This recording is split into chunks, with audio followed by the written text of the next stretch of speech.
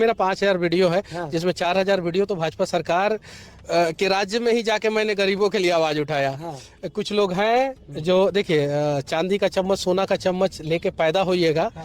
तो आप वैसे ही कीजिएगा, लोगों को दबाना चाहिएगा। हाँ। तो उन लोगों को मेरी बातें अच्छी नहीं लगी, उन लोगों ने डाल दिया मुझे हाँ।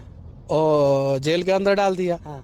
और लेकिन न्याय प्रणाली पे हम लोगों को भरोसा है, विश्वास है। मेरे साथ जेल में किसी ने मिसबिहेव नहीं किया, बदतमीजी नहीं की, लेकिन सुरक्षा व्यवस्था टाइट किया गया, टाइट रखा गया मेरे लिए, किसी से मिलने नहीं दिया गया। अब जो जेल में मेरे